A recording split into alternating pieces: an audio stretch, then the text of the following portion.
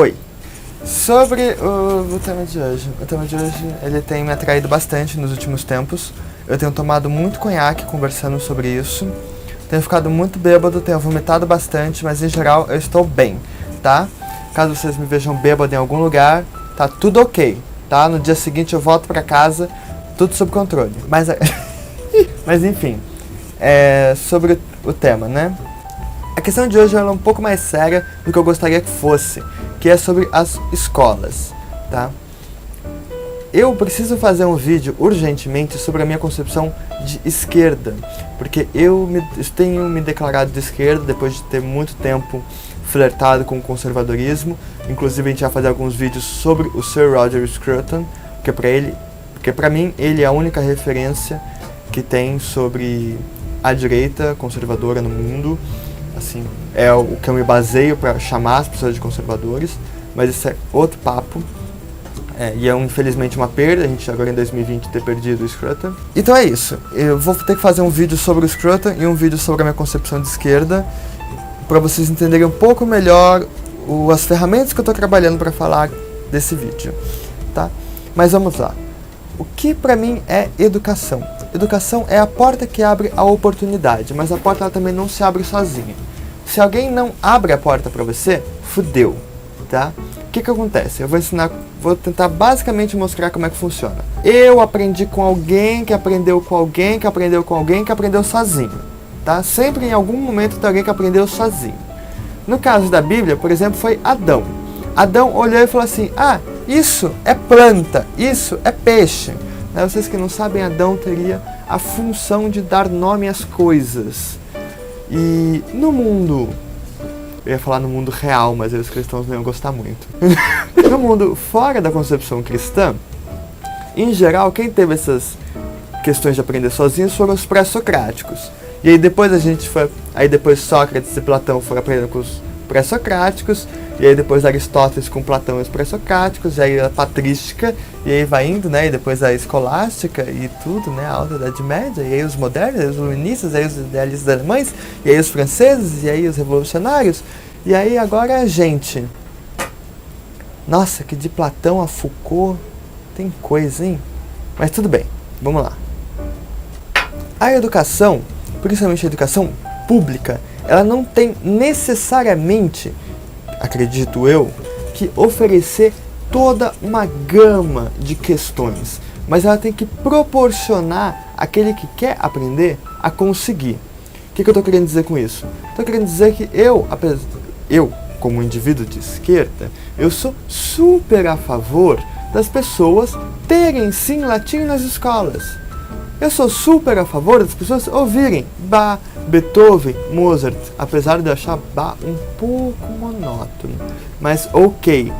Eu sou muito a favor das pessoas que estão na escola pública a terem contato com a marcenaria, a terem contato com a administração financeira. E quando eu digo administração financeira, eu não estou dizendo orquestrar uma empresa, eu estou dizendo, olha, você tem R$200 para passar o mês. Você vai comer Danone ou comprar o papel higiênico? É isso mais ou menos, viu? A pessoa que ela não tem contato nunca com Hesíodo, com Homero, ela não vai saber, por exemplo, que ela pode fazer uma graduação universitária para passar 30 anos da vida dela lendo a Ilíada, por exemplo. Tem gente que recebe muito dinheiro, tá? Que estou dizendo que profissionais da academia, eles precisam de muito investimento. Então eles passam 6 anos numa graduação, mais 4 anos no mestrado, mais 5 anos no doutorado, mais 7, 8, 9 pós-doutorados, além de pesquisas e livros e viagens. Ou seja, dão 30, 40 anos de estudo só para conseguir entender como se lê a Ilíada, tá? Como faz para se ler a Odisseia. E a questão é que se no ensino público e no privado também, mas no privado a gente ainda tem umas escapatórias, então eu vou focar no ensino público. Se no ensino público a gente não tem pessoas qualificadas e a gente também não tem a disponibilidade de oferecer para as pessoas as questões de como...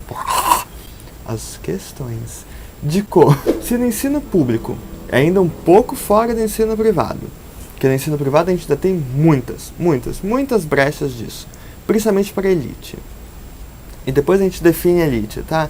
Elite, eu estou dizendo elite financeira, não necessariamente intelectual. Elite financeira, não estou dizendo pessoas extraordinárias, estou dizendo pessoas que conseguem pagar uma escola de 15 mil por mês. Ou de 5 mil por mês pro filho. Mas enfim. No ensino público, não é que é assim, olha, todos vocês têm de aprender latim. Todos vocês têm que aprender grego e alemão.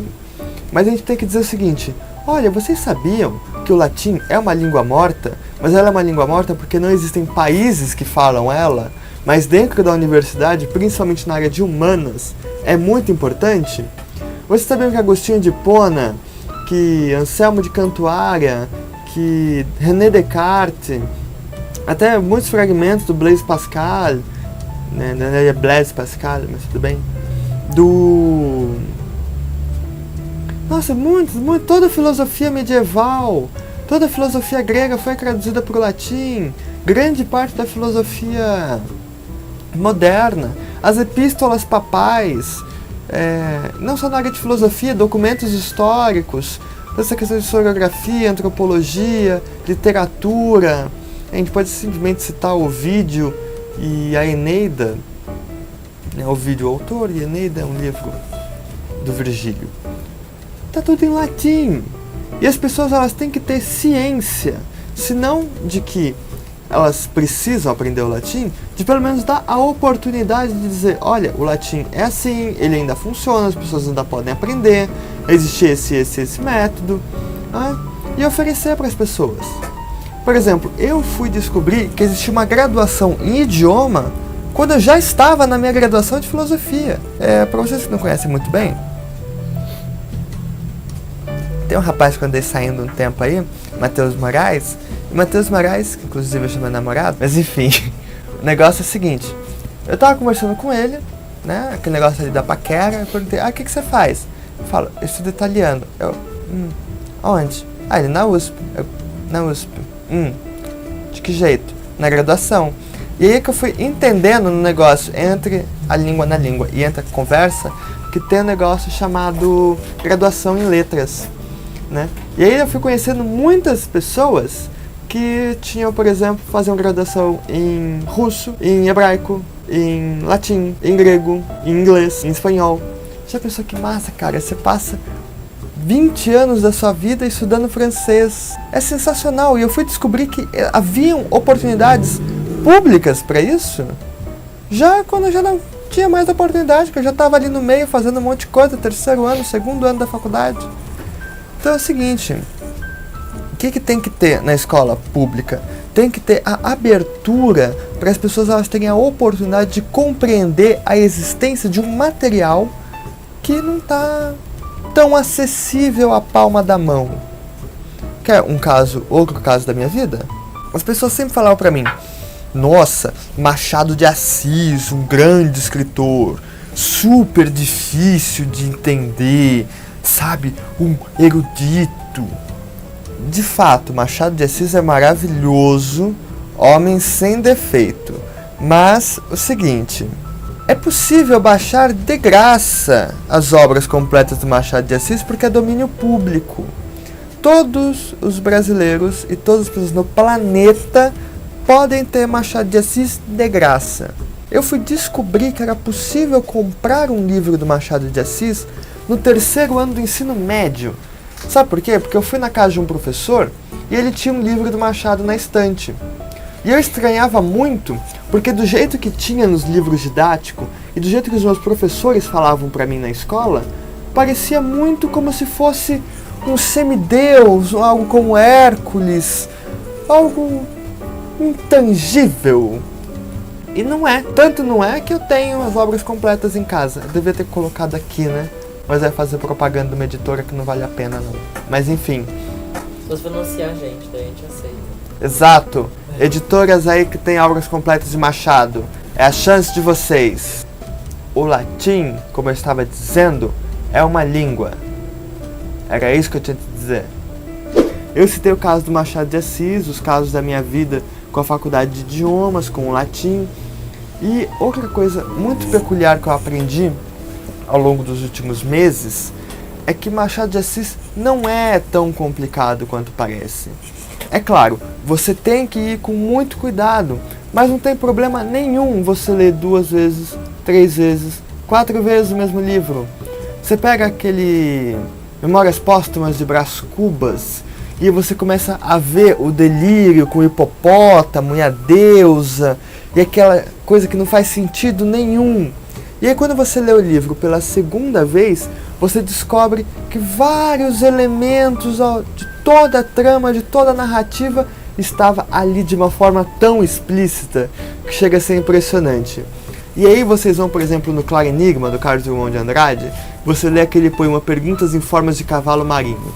Aí você abre o Perguntas em Forma de Cavalo Marinho e vocês abrem o Memórias Póstumas de Brás Cubas, esse capítulo do delírio do hipopótamo. Se vocês forem lendo simultaneamente, se vocês responderem as perguntas do poema do Drummond a partir dos parágrafos do texto do Machado, você tem a resposta de tudo o que acontece ao longo da narrativa. E aí você vai descobrindo coisas assim. E não tem problema nenhum vocês irem aprendendo isso em outros lugares também.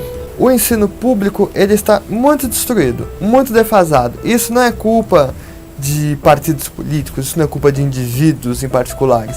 Isso é culpa de que todos nós estamos deixando de dar atenção para questões muito pontuais.